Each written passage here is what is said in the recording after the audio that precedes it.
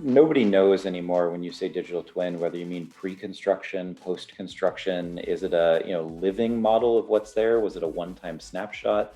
Is it being used for simulation, or is it pulling in real-time trend data? Like what is actually, like, what does this term digital twin mean?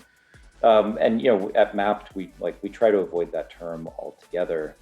But I think, to your point, we bring in data that covers anything about a person, a place, or a thing. And on the place side, the BIM data is hugely useful.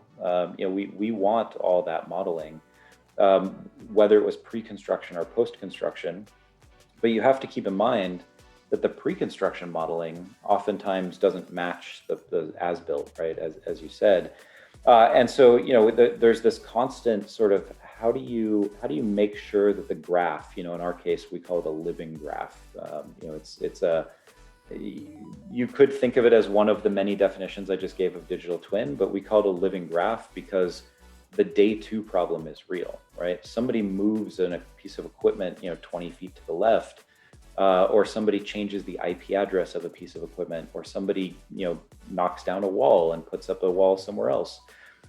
These things need to be reflected in the data model. They need to be reflected in the graph in near real time. Obviously detecting the movement of a wall, not as easy as detecting an IP address that changed, or a device ID or firmware that changed.